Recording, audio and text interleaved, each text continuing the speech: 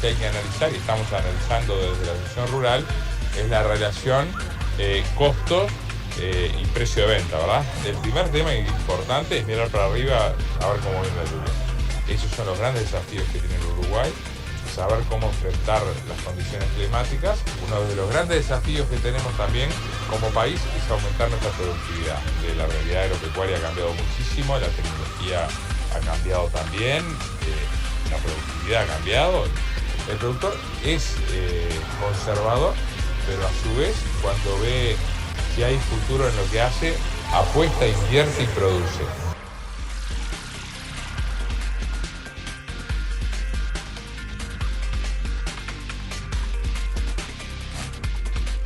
Diez y 12 de la mañana, vamos a conversar en los próximos minutos con el titular de la ARU, que está en sus últimos días de gestión. ¿Por qué? Porque el ingeniero agrónomo Patricio Cortabarría sucederá desde el próximo lunes 24, a Gonzalo Valdés como presidente de la Asociación Rural del Uruguay. Y bueno, para hacer un balance de su gestión y ponernos a punto sobre las inquietudes de esta gremial, hablamos ahora con el doctor Valdés de acá hasta las 10:40 aproximadamente. ¿Cómo le va, Valdés? Bienvenido. Mariano, buen día. Muchas gracias por contactarme. Lamentablemente no he podido estar en estudios con ustedes, que era la idea original, pero bueno, la verdad que estoy con algunos problemitas que me impidieron estar por ahí. ¿Con qué sensación se va de la ARU? Bueno, a ver, sinceramente, el haber encarado 2 años la presidencia de una institución de tantos años, este año cumple 152 años, en lo personal es un honor, es una experiencia creo que única, una experiencia de formación de equipo, una experiencia donde uno se enfrenta a cuestiones que no las tenía en la vista, digamos, como para poder enfrentar.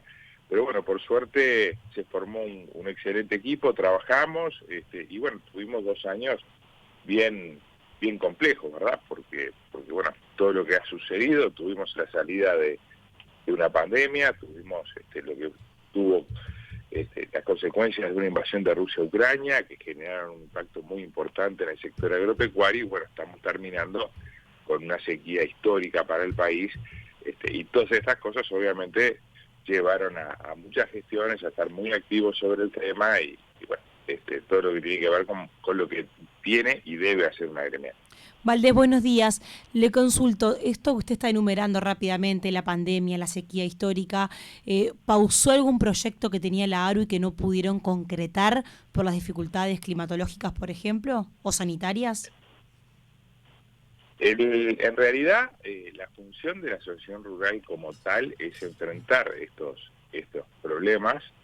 Así está establecido en sus estatutos y ha sido históricamente la función de la rural, enfrentar las coyunturas, llevar propuestas al gobierno de turno, hacer todas aquellas gestiones que velen por el bienestar de los productores rurales, de la gente de campo, en todo lo que tiene que ver, digo, no solo en lo económico, en lo social, en la educación.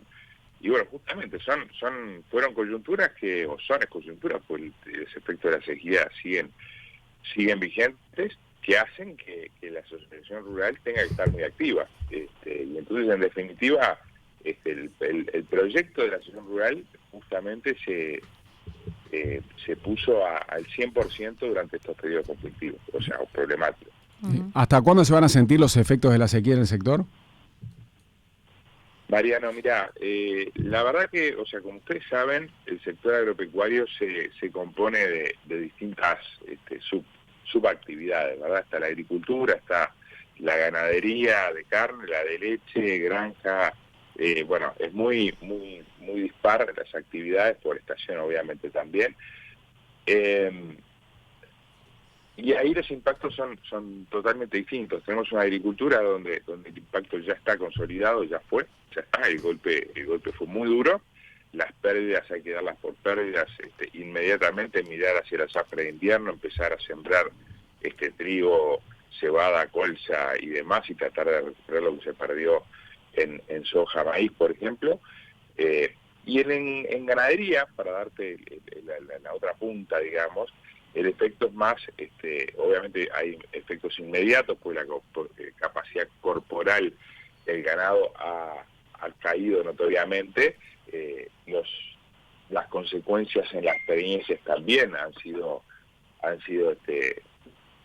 o van a ser, cuando tengamos los datos claros, van a impactar fuertemente, pero todo eso lleva a que nazcan menos terneros a fin de año, a que al otro año hayan menos novillitos y así sucesivamente, terminando que los animales que nacen este año van a generar en definitiva a 3-4 años un déficit de cabezas para faenar. Entonces el efecto, no solo para los productores, sino también por vía de pérdida exportaciones del país, se va a sentir resentida durante los próximos 3-4 años. En efecto, ganadería, ¿verdad? Los productores hoy, gracias a las lluvias de las últimas semanas, ¿no?, que muestran algún signo de recuperación, ¿están en condiciones de dar vuelta a la página y ya estar en condiciones de dejar en el olvido la sequía? Hay que ser bien sinceros y bien claros en esto. Primero, las lluvias han sido muy dispares. Tenemos zonas del país, zonas del norte donde quizás haya llovido mejor.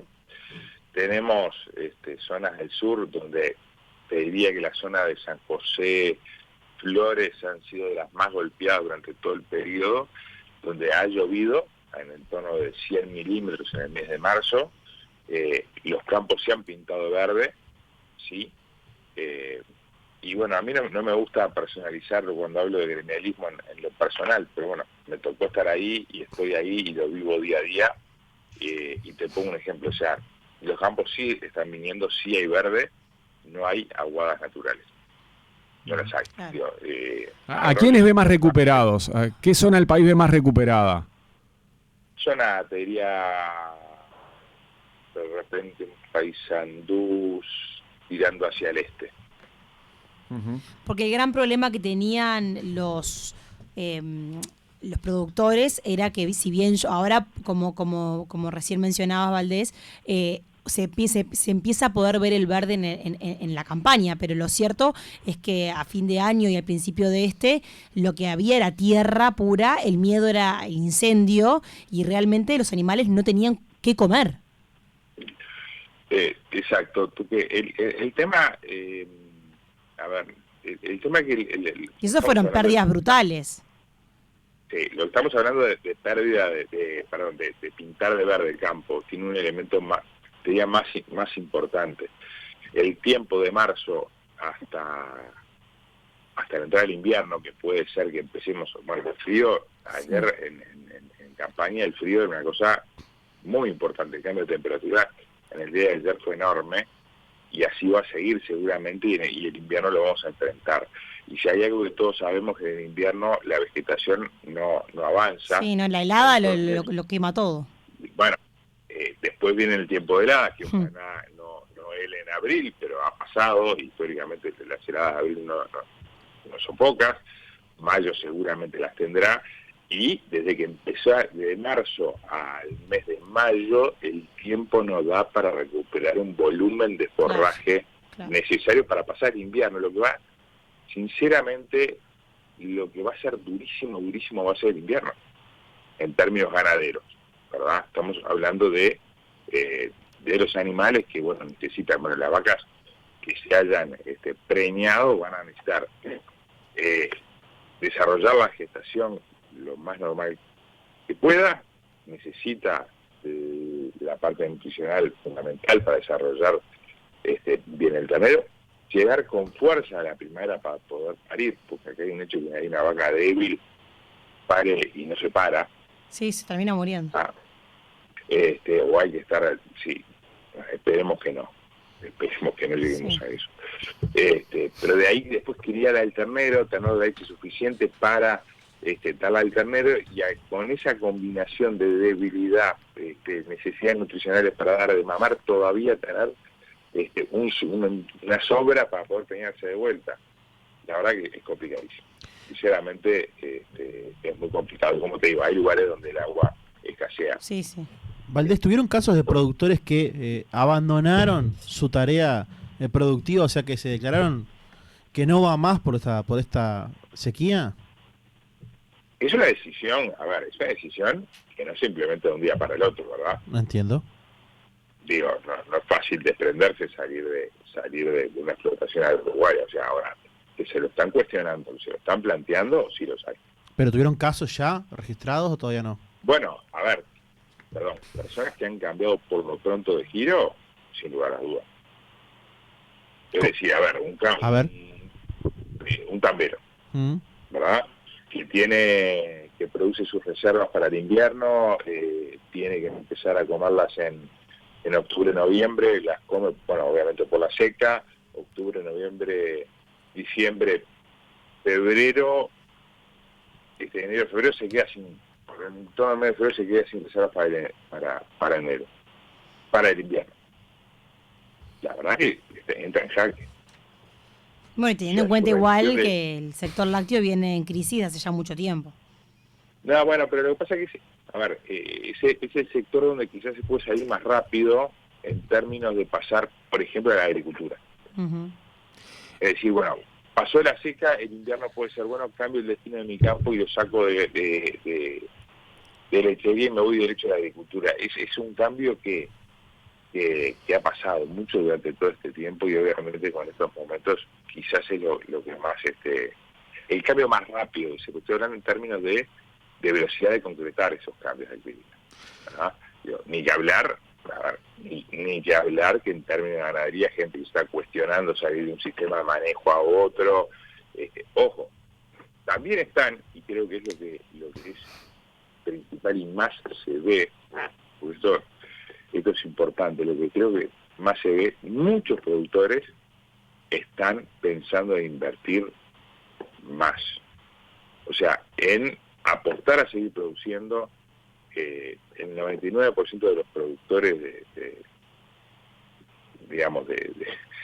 no quiero decir de verdad, pero, o sea, hay un concepto de productor rural y empresa rural, ¿verdad? Uh-huh. Pero la gente de campo no se quiere desprender del campo y quiere seguir y sabe lo que es trabajar a cielo abierto y sabe que estas secas vienen a veces en mayor o menor medida y hay que seguir adelante. Se está viendo mucha inversión también.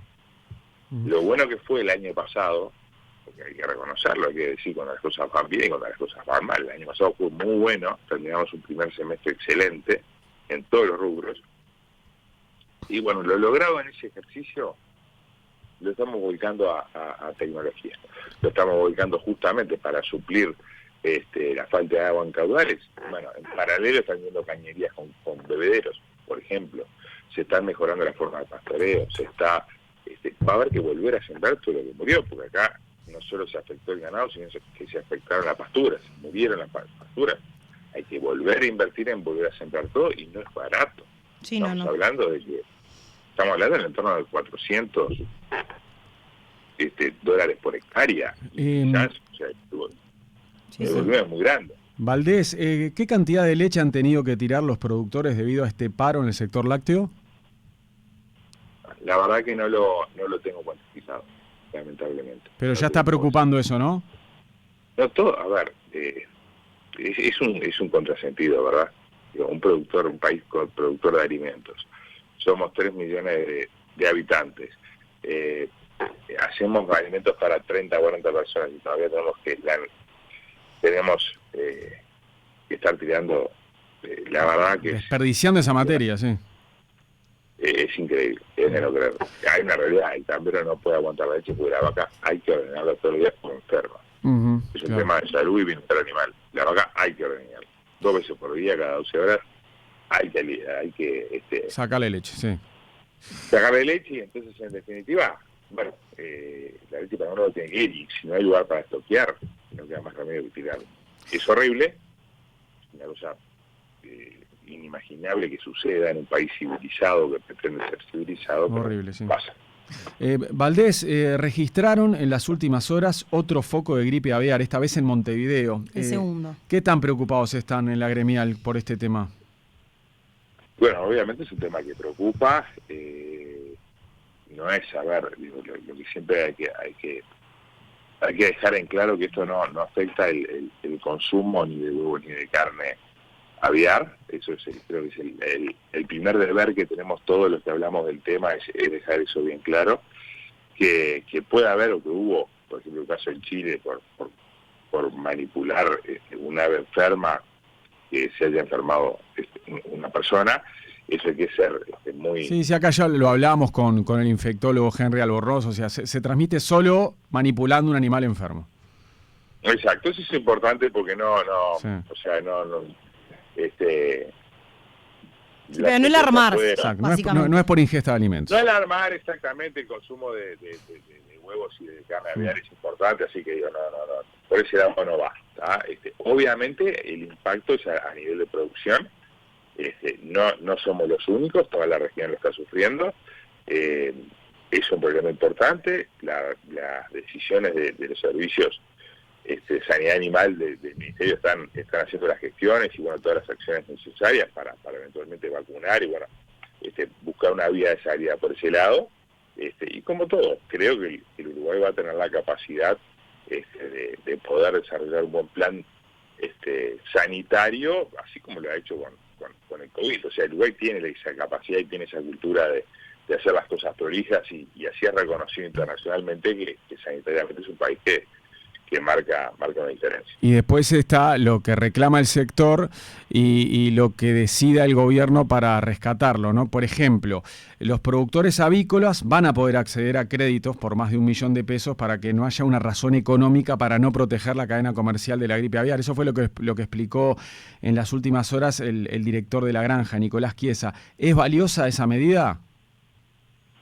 Todas las medidas, todas las medidas que el gobierno tome son valiosas, ¿se entienden? O sea, los productores, cada uno va a tomar, durante todo este tiempo entre sequía y gripe aviar se han tomado casi que 40 medidas distintas, ¿verdad?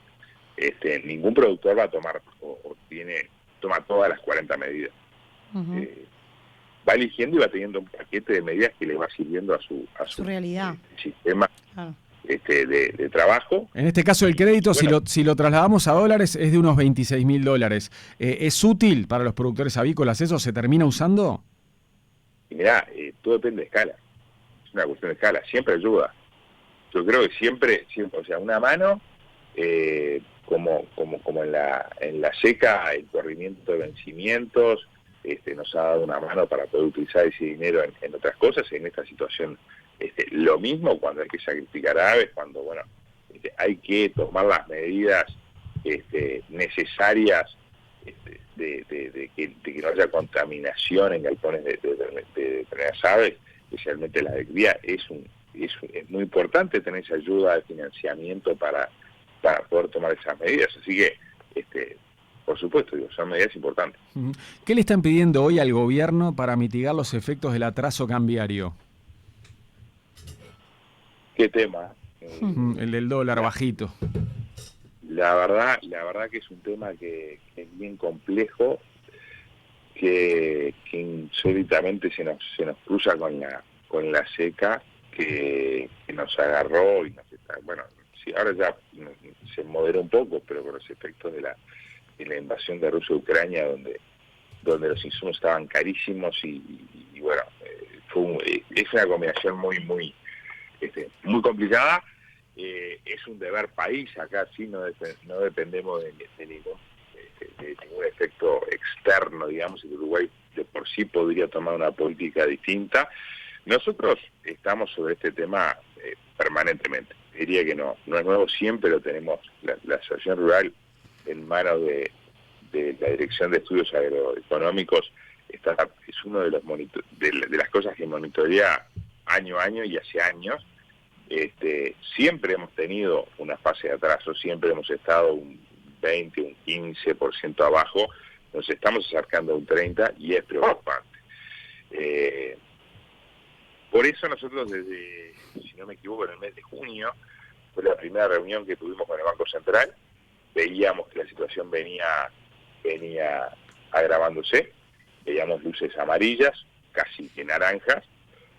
Tuvimos reuniones obviamente también con la ministra de Economía, Susana Arbeleche. En diciembre volvimos a hacer la misma gira, digamos, de visitas, incluyendo después y más tarde a presidencia, ya con las luces rojas encendidas. O sea, sí, ya una situación que estamos con un dólar que está en el torno a 38,5, por ejemplo, para ponerle un promedio, cuando entendemos que sin lugar a dudas el dólar, yo siempre dije 48, pero hoy hasta me animaría a decir que un 50 podría ser un número de tipo de cambio razonable, de equilibrio, de acuerdo a los fundamentos de la economía.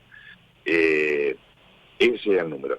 Tenemos, sí, básicamente desde el Banco Central una señal de ellos que ahora sí lo están observando, que ahora sí perciben que hay una diferencia, no tanto como nosotros, están en un punto medio.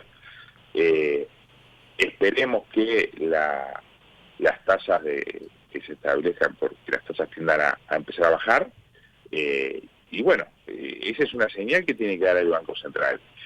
El tema está en si el Banco Central interviene o no interviene. ¿Debería intervenir? Bueno, históricamente, hasta el gobierno anterior, siempre se intervino. El Banco Central compraba dólares, generaba demanda, en su momento el dinero te vendía. Hoy es un problema. Con el tema de las tasas, el banco básicamente, con el aumento de las tasas de interés en pesos, el banco básicamente lo que pasó se ha quedado sin pesos. Entonces también es difícil que el propio Banco Central salga a comprar dólares si no tiene peso. No puede generar una demanda de dólares. Esto, a ver, es un racionamiento, lo estoy analizando de afuera, ¿verdad? Yo me imagino esta situación para las autoridades del Banco Central. Como estoy emitiendo en pesos, me quedo emitiendo letras, digamos, ¿no? Estoy emitiendo letras en pesos, me quedo sin pesos, entonces solo tengo dólares, entonces no puedo salir a comprar más dólares porque no tengo pesos. ¿Y este dólar planchado, Valdés, los perjudicó mucho a ustedes, a los productores, en el comienzo del año? Porque sobre todo en estos primeros 4 meses de 2023 aparece ahí, estático y a la baja siempre. O sea, o estático o a la baja, ¿no? A ver, estuvo a la baja. Sí, a ver, empezamos este gobierno con el dólar a 45, ¿verdad? Sí. No hay que olvidarse de eso. Si habrá estado a la baja, que bajó 7 pesos. No es poco. Cuando la tendencia natural, universal, es que el dólar tienda un poquito a la suba, digamos, si uno analiza históricamente. Tuvimos una baja de 7 pesos desde que inició este gobierno. Lo cierto es que se sintió, sí, el Uruguay lo perjudica. O sea, a los sectores agroexportadores, no quiero centrarlo solo en el agro, estoy hablando en el turismo, por ejemplo. El turismo recibe dólares. El Uruguay recibe dólares, por turismo como por los productos exportados. Y todos esos dólares se vuelcan al mercado en pesos. Entonces yo entiendo que hubo un momento de mucho ingreso de dólares, que ese ingreso de dólares genera una oferta muy grande de dólares, ahí obviamente van a tender a caer, pero bueno, sinceramente pensémoslo un poquitito en el caso de un operador turístico o de un productor agropecuario. Percibe en dólares, o sea, en definitiva, uno termina, cobra sus cuentas en dólares, sí o sí. Tenemos un 30% de caída en el dólar, más la inflación en pesos. Entonces, en definitiva, el poder adquisitivo de la empresa, más el poder adquisitivo de la propia familia que hay atrás de una empresa, porque atrás de las empresas siempre hay una familia que vive de ello, de la renta de eso. El poder adquisitivo ha caído notablemente. Y hoy, sinceramente, si uno analiza una cuenta y dice, bueno, ¿cuánto me cuesta el supermercado? Y en dólares me cuesta prácticamente el doble, entre inflación y caída de tipo de cambio. Es así.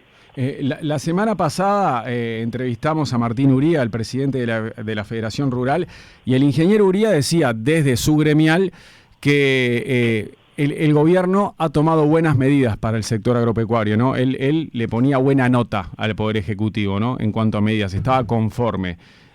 ¿Usted cómo evalúa eso desde la ARU? ¿Se sintieron apoyados por el gobierno en los últimos meses? Discúlpame que me dejas enganchar un temita Sí. del tema anterior. Sí. Pensemos también cómo está sufriendo el litoral del país a nivel de comercio. En la frontera con Argentina, dice usted ahí, por la diferencia. Exactamente. O sea, el combo es durísimo. Ahí Ajá. trasciende lo rural igual, ¿no? Ahí es a Sí. todo nivel, ¿no? No, pero a ver, en el interior está estudiado que el PBI del agro que afecta al interior es el 40%. O sea, el interior básicamente depende de la actividad agropecuaria. Claro. Sí, pero quiero decir que eso Directa o afecta a los indirectamente. comercios, lo del dólar en la zona del litoral afecta a todo el mundo. O sea, lo que el agro produce, el agro afecta y se vuelca a la gente del interior del país, y esa gente del interior del país consume los almacenes Sí, de eso no hay duda, no hay duda. del pueblo, y si está cerca de la frontera va a cruzar para otro lado. Está, no hay vuelta. ¿Verdad? Bien. Así que bueno, volvemos a la evaluación del gobierno que tú me planteabas, Mariano. Sí. Nosotros... si se sintieron apoyados ustedes en la ARU o no, sobre todo en los últimos meses, por el gobierno. Sí, yo creo que sí, es un gobierno que entiende el campo, que lo conoce, y conoce sus inquietudes, no solo a nivel de ministerios, hay legisladores que también lo conocen, o sea, el campo está... uno siente que el campo está un poquito más conocido desde la ciudad. Una de las cosas fue la sequía. Yo creo que la sequía en estos últimos meses le ha dado una trascendencia periodística al campo que nunca vista.